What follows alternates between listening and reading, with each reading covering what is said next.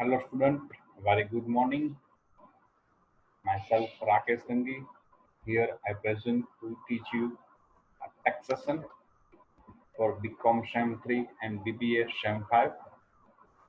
In last video lecture session, we were start a practical session, chapter income from house property and practical number 1. We already completed in last video session. So today here we are going to start another practical sum, question number 2, as you seen on your screen. Question number 2. Kumari Sharda owns 3 houses. Find out her taxable income from house property for the assessment year 2020-2021 from the following information. કુમારી શારદા પાસે 3 મકાનો છે. નીચેની માહિતી જે આપેલી છે એના ઉપરથી હાઉસ પ્રોપર્ટીના હેડ મુજબ એની આકારણી વર્ષ 2020-2021 માટેની કરપાત્ર આવક નક્કી કરવાની છે. ક્વેશ્ચનમાં જોઈ શકીએ છીએ પર્ટિક્યુલર્સ છે house number 1, house number 2 and house number 3. 3 house column આપેલા છે. હાઉસ નંબર 1 માં અહીંયા આપેલું છે લેટ આઉટ, ઇટ મીન્સ ભાડે આપેલું છે. હાઉસ નંબર 2 સેલ્ફ ઓક્યુપાઈડ સ્વરેઠાણ માટે ઉપયોગ થાય છે. સેમ હાઉસ નંબર 3 પણ સેલ્ફ ઓક્યુપાઈડ સ્વરેઠાણ માટે ઉપયોગ થાય છે. Monthly rent receivable with amenities, annual fair rent, municipal assessment, standard rent, tax paid, value of tenants' amenities provided by landlord, interest on construction loan, capitalized interest total, vacancy period, and a year of construction completion. આટલા data આપણને આપેલા છે. Okay, હવે આપણે આના answer તરફ જઈએ. Very first we have to find out gross annual value of each property. So here work note number gross annual value. Not આપેલી છે. There are 2 houses used for self-occupied, so any one house considered nil as per decided by SSC himself. આપણે અગાઉ થિયરીમાં જોઈ ગયા કે કોઈ SSC છે એ self occupied માટે એકથી વધારે પ્રોપર્ટી યુઝ કરતો હશે તો કોઈ પણ એક પ્રોપર્ટી એને ફ્રી મળશે, મતલબ એની ઇન્કમ નહીં ગણાય, એમાંથી ઇન્કમ નીલ ગણાશે. But more than one property self occupied માટે યુટિલાઇઝ કરતો હશે તો એની વન કોઈ પણ એક deem to be any one consider as free, કોઈ પણ એક ફ્રી ગણાશે. while remaining are deemed let out. બાકીની છે ભાડે આપેલી છે એવું સમજવામાં આવશે. અહીંયા શારદા ટોટલ 3 પ્રોપર્ટી છે એની જોડે, એમાંની એક પ્રોપર્ટી લેટ આઉટ ભાડે આપેલી છે. Second and third self occupied માટે યુઝ કરે છે, બટ ટેક્સ રૂલ મુજબ એક જ પ્રોપર્ટી ફ્રી ગણી શકાય, સેલ્ફ ઓક્યુપાઈડમાં રાખી શકાય. બીજી પ્રોપર્ટી સેલ્ફ ઓક્યુપાઈડ તરીકે યુઝ કરે છે તો બી એને ડીમ્ડ લેટ આઉટ ભાડે આપેલી છે એવું માની લેશે. તો કઈ ફ્રી ગણવી અને કઈ ડીમ્ડ લેટ આઉટ? તો ફ્રી ગણવા માટે એસએસસી પાસે પોતાની પાસે રાઇટ્સ છે. ટેક્સ ડિપાર્ટમેન્ટ એ રાઇટ્સ એસએસસી ને જ આપેલા કે તમે ડિસાઈડ કરો કઈ ફ્રી ગણાવશો. તો as a SSC, as a Kumari Sharda આપણે જોવા જઈએ તો ઓબ્વિયસલી જેની વેલ્યુએશન જે પ્રોપર્ટીની હાઈ હશે એને આપણે ફ્રી ગણીશું, બીકોઝ એ પ્રોપર્ટીની વેલ્યુ જો હાઈ હોય અને એને આપણે ડીમ્ડ લેટ આઉટમાં ગણી લઈએ તો એની ઇન્કમ હાઈ આવશે, અને ઇન્કમ હાઈ આવશે તો ઓબ્વિયસલી ટેક્સ પણ વધારે ભરવાનો થશે. તો બેઝિકલી જોવા જઈએ આપણે તો એક કરતાં વધારે પ્રોપર્ટી સેલ્ફ ઓક્યુપાઈડમાં હોય તો જે પ્રોપર્ટીની મ્યુનિસિપલ વેલ્યુ ફેર રેન્ટ જેનું હાઈ હશે એને આપણે ફ્રીમાં લઈ લઈશું. જે સેલ્ફ ઓક્યુપાઈડ પ્રોપર્ટીની મ્યુનિસિપલ વેલ્યુ લો હશે એને ડીમ્ડ લેટ આઉટ, DLO શોર્ટમાં કહી શકાય તરીકે રાખીશું. તો અહીંયા આપણે આગળ જોઈએ તો municipal value of house number 3 is more than compare to house number 2. Second ને થર્ડ પ્રોપર્ટી બંને સેલ્ફ ઓક્યુપાઈડમાં છે, પણ 3 નંબરની જે પ્રોપર્ટી છે એની મ્યુનિસિપલ વેલ્યુ વધારે છે 2 નંબરની પ્રોપર્ટી, સેકન્ડ પ્રોપર્ટી કરતા. તો હાઉસ નંબર 3 ને આપણે ટેકન ટુ બી નીલ એને ફ્રી ગણાવીશું અને house number 2 taken as a deemed let out એ ભાડે આપેલું છે એવું ધારી લઈશું.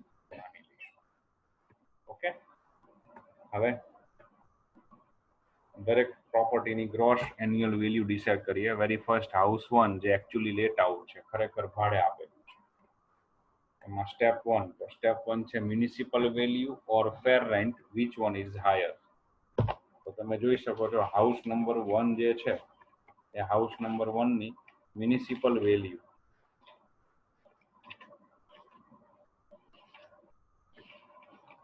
શું આપેલી છે જુઓ ક્વેશ્ચનમાં.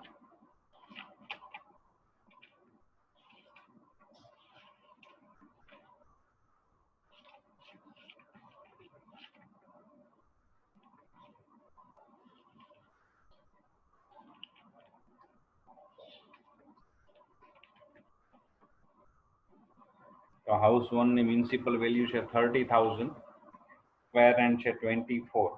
which one is higher? Obviously 30,000 is more.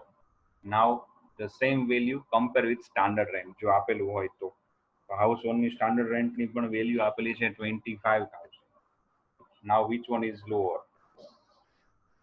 Municipal અને ફેર બે માંથી જે વધુ હોય તે પછી એને સ્ટાન્ડર્ડ સાથે કમ્પેર કરશું. આ બે માંથી જે ઓછું હોય તે સ્ટેપ 1 પ્રમાણે gross annual value થશે.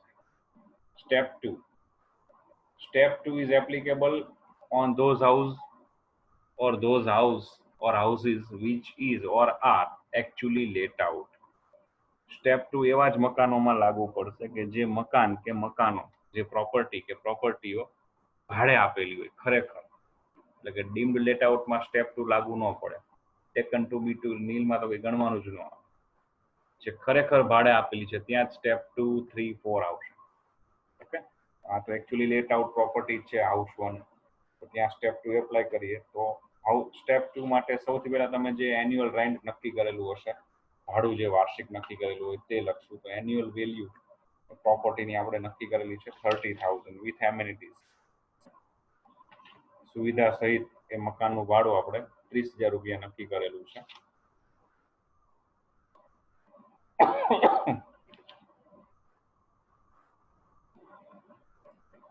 લેસ ટેનન્ટ્સ એમિનિટીઝ, ભાડુઆતની સુવિધા માટે કોઈ મકાન માલિક કોઈ ખર્ચ ભોગવતો હોય તો એની વાર્ષિક ભાડાની આવકમાંથી એક ખર્ચ એને બાદ મળે. તો આ ક્વેશ્ચનમાં તમે જોઈ શકો છો એમિનિટીઝ પે કરે છે લેન્ડલોર્ડ, 1,000 રૂપીઝ રેન્ટમાં ઇન્ક્લુડ છે. તો તમે ક્વેશ્ચનમાં આપી દીધેલું છે. એ લેસ કરી એટલે નેટ એન્યુઅલ રેન્ટ, ચોખ્ખું વાર્ષિક ભાડું 29,000 રૂપિયા થાય. ધેન લેસ અનરિયલાઇઝડ રેન્ટ, વસૂલ નહીં થયેલું ભાડું. ભૂતકાળમાં કોઈ ભાડુઆત ભાડે રહી ગયું હોય અને એની પાસેથી ભાડું વસૂલ ન થઈ શક્યું હોય જરૂરી પ્રયત્ન કર્યા પછી પણ, તો ટેક્સ ડિપાર્ટમેન્ટ, આઈટીઓ જે છે ઇન્કમ ટેક્સ ઓફિસર, એ આપણને ભાડાની ખર્ચ જે કાલકાદ છે, બેડ ડેપ્સ, એ આપણને આપણી ઇન્કમમાંથી લેસ કરી આપે છે. પણ એવું અહીંયા કોઈ અનરિયલાઇઝ રેન્ટ આપેલું નથી. સો ડેશ એટલે value as per step 2, gross annual value step 2 ની આવશે 29. સ્ટેપ 3 સિમ્પલ છે. સ્ટેપ 1 ની વેલ્યુ અને સ્ટેપ 2 ની વેલ્યુ બંને કમ્પેર થશે. વિચ વન ઇઝ હાયર, બે માંથી જે વધુ હશે એ સ્ટેપ 3 પ્રમાણે ગ્રોસ એન્યુઅલ વેલ્યુ રહેશે. ઓબ્વિયસલી અહીંયા 1 ની 25 જે આપણે જોયેલી છે તે, 2 ની 29, બંને કમ્પેર કરે 29,000. Step 3. Step 4. Step 4 is applicable if there is a vacancy period in the let out property. જે પ્રોપર્ટી તમે ભાડે આપેલી છે એ ડ્યુરિંગ પ્રીવિયસ યર કોઈ મહિના માટે, 15 દિવસ માટે, 2 મહિના માટે વેકેન્ટ એટલે ખાલી રહી હોય તો જ એ પ્રોપર્ટીમાં સ્ટેપ 4 એપ્લાય કરવાનું. અધરવાઇઝ સ્ટેપ 3 સુધી જ જશે. સ્ટેપ 4 વેકેન્સી પીરિયડ ન હોય તો સ્ટેપ 4 ગણવાની જરૂર રહેતી નથી. બટ આ લેટ આઉટ પ્રોપર્ટી છે એમાં વેકેન્સી પીરિયડ આપણને આપેલો છે 3 months, 3 મહિના પાછલા વર્ષમાં મકાન ખાલી રહ્યું છે, કોઈ ભાડુઆત નથી મળેલો. સો વેકેન્સી પીરિયડ લેનો લોસ લેસ મળશે અહીંયા. તો value as per step 3 29,000 less loss of vacancy period, ખાલી રહેલ સમયનું નુકસાન. બી રિમેમ્બર હિયર અહીંયા લોસ કઈ રીતે કેલ્ક્યુલેટ થશે, તો સ્ટેપ 2 ની જે વેલ્યુ તમે ડિસાઇડ કરેલી છે એ સ્ટેપ 2 ની વેલ્યુમાં અહીંયા જે નેટ એન્યુઅલ વેલ્યુ ઓર એ નેટ એન્યુઅલ રેન્ટ જે આવેલું છે ધીસ, એના બેઝ ઉપર વેકેન્સી પીરિયડનો લોસ ગણવામાં આવશે. તો અહીંયા નેટ એન્યુઅલ રેન્ટ આવેલું છે 29,000. સો 29,000 into 3/2, સોરી 3/12, એટલે 7,250, 7,250 rupees loss of vacancy period less કરીએ 21,750 વેલ્યુ એઝ પર સ્ટેપ 4. અને સ્ટેપ 4 ની જે વેલ્યુ આવશે એ જ આપણે હાઉસ 1 માટે ગ્રોસ એન્યુઅલ વેલ્યુ રહેશે. જો સ્ટેપ 4 કેલ્ક્યુલેટ કરવાનું ન આવે, ઇટ મીન્સ વેકેન્સી પીરિયડ ન હોય, તો સ્ટેપ 3 જે હોય એ ગ્રોસ એન્યુઅલ વેલ્યુ કેલ્ક્યુલેટ થાય, ડિસાઇડ થાય. હાઉસ નંબર 2 માટે જઈએ તો house number 2 deemed let out DLO છે, એટલે ત્યાં પણ ગ્રોસ એન્યુઅલ વેલ્યુ ડિસાઇડ કરવાની આવશે, but only as per step 1, ફક્ત સ્ટેપ 1 પ્રમાણે, because step 2 is applicable on those house or houses which is or are actually let out. જે મકાનો કે મકાન ખરેખર ભાડે આપેલા હોય એવા જ મકાનમાં સ્ટેપ 2, 3, 4 આવે છે. ડીમ્ડ લેટ આઉટમાં ઓનલી એન્ડ ઓનલી સ્ટેપ 1 પ્રમાણે જ ગ્રોસ એન્યુઅલ વેલ્યુ ડિસાઇડ થશે. So step 1 municipal or fair, which one is higher? તો મ્યુનિસિપલ આપણે જોઈએ હાઉસ 2 માં 20,000 છે, એન્યુઅલ ફેર રેન્ટ 21 છે. Which one is higher? Obviously 21. Now compare with standard, but અહીંયા સ્ટાન્ડર્ડ નથી આપેલું હાઉસ 2 માટે, તો 21,000 ની હાઉસ 2 ની ગ્રોસ એન્યુઅલ વેલ્યુ રહેશે. હાઉસ 3, હાઉસ 3 સેલ્ફ ઓક્યુપાઈડ છે, સ્વ રહેઠાણ માટે વપરાયેલું છે, મતલબ કે એની નેટ એન્યુઅલ વેલ્યુ નીલ, 0 રહેશે, એમાંથી કોઈ ઇન્કમ થશે નહીં. હવે આપણું સ્ટેટમેન્ટ આપણે કમ્પ્લીટ કરીએ. Statement showing the taxable income from house property of Kumari Sharda, previous year 2019-2020, assessment year 2020-2021. એક પર્ટિક્યુલરનું કોલમ રહેશે, જેટલી હાઉસ પ્રોપર્ટી છે એટલા કોલમ 1, 2, 3. ફોર્મેટ આપણે અગાઉ થિયરિકલ સેશનમાં જોઈ ગયા છીએ, એ જ રહેશે ફિક્સ, એમાં કોઈ ચેન્જ નહીં, ફક્ત તમારે એમાં ડેટા એપ્લાય કરવાના છે, ડિટેલ એમાઉન્ટ ફિગર એમાં નોટ કરવાના છે, રેકોર્ડ કરવાના, બાકી કોઈ ચેન્જ નહીં થાય. First one gross annual value, આપણે જે વર્કનોટ કરી છે એ પ્રમાણે હાઉસ 1 ની 21,750, હાઉસ 2 માં 21,000, હાઉસ 3 ટેકન ટુ બી નીલ છે, સો dash. Then less municipal tax paid by owner. મકાન માલિકે જેટલો મ્યુનિસિપલ વેરો, મ્યુનિસિપલ ટેક્સ ચૂકવેલો હોય એ બાદ મળે. લેન્ડલોર્ડે ચૂકવેલો હોય, પેઇડ બાય લેન્ડલોર્ડ હોય તો લેસ નહીં મળે, અને અનપેડ હોય તો પણ લેસ નહીં મળે. પેઇડ બાય ઓનર એ જ લેસ મળે. તો અહીંયા ક્વેશ્ચનમાં તમે જોઈ શકો છો, પોઈન્ટ નંબર 5 માં મ્યુનિસિપલ ટેક્સ પેઇડ આપેલો છે, પેઇડ બાય હોમ નથી કીધું, તો આપણે એવું એઝમ્પશન કરવાનું કે પેઇડ બાય ઓનર છે. પેઇડ બાય લેન્ડલોર્ડ હશે તો એ ક્લિયરિફાઈ કરશે, અધરવાઇઝ ઓનર જ પે કરે એવું સમજી લેવાનું. સો મ્યુનિસિપલ ટેક્સ હાઉસ 1 માટે 2,000, હાઉસ 2 માટે 1,000, હાઉસ 3 તો ટેકન ટુ બી નીલ માં છે, સો dash.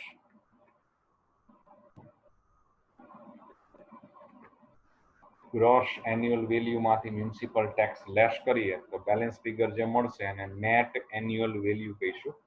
Result A net annual value.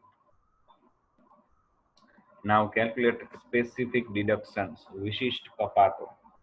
There are 3 deductions are allowed. There is 3 deductions are allowed. First one standard deduction, second one loan interest on loan, and third one capitalized interest. First, standard deduction. It is fixed 30% of net annual value. So in house number 1, 30% of 19,750, 19,750 એના 30%, 5,925, 5,925. In house 2, 20,000 net annual value છે, so 30% of 20,000, so 6,000. House 3 એમાં તો net annual value જ નીલ છે, સો એમાં ડિડક્શન્સ standard ડિડક્શન્સ allowed નહીં થાય, 0 રહેશે. Deduction number 2, interest on loan. If owner taken a loan for construction, acquired or reconstruction or repairing, then its interest should be less from its income from house property.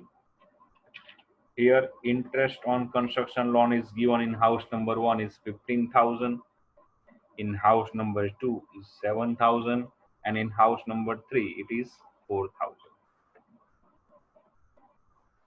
And last deduction, capitalized interest.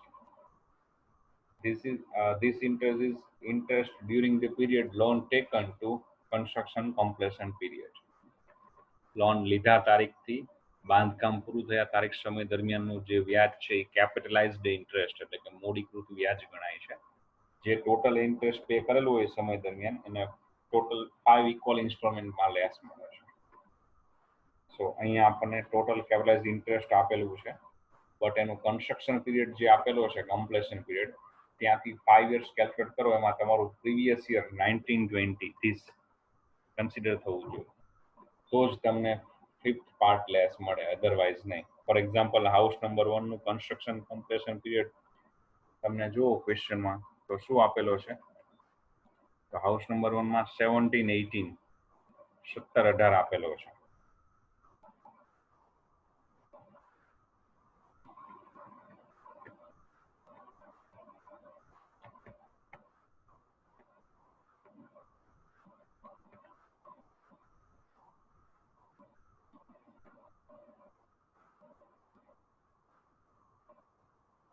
House નંબરમાં 1718 1718 આપેલો છે.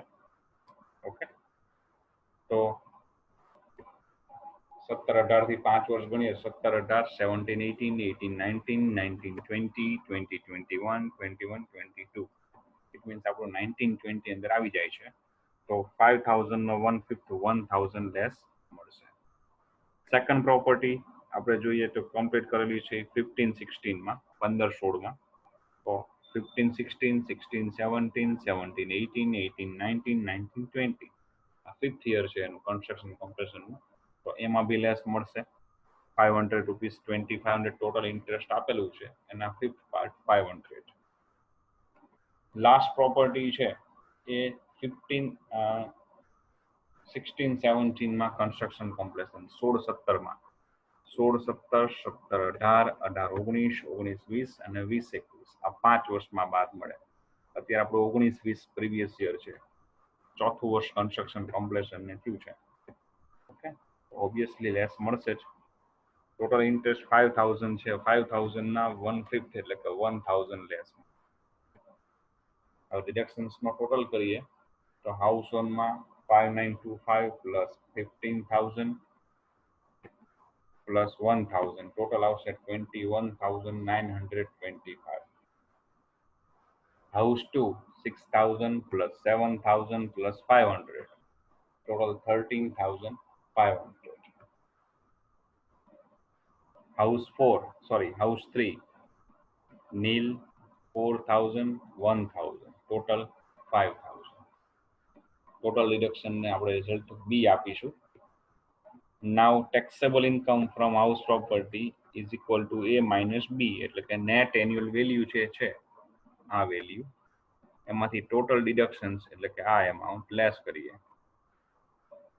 House 1 માં negative answer થશે 2175, house 2 માં positive 6500 અને house 3 માં negative 5000.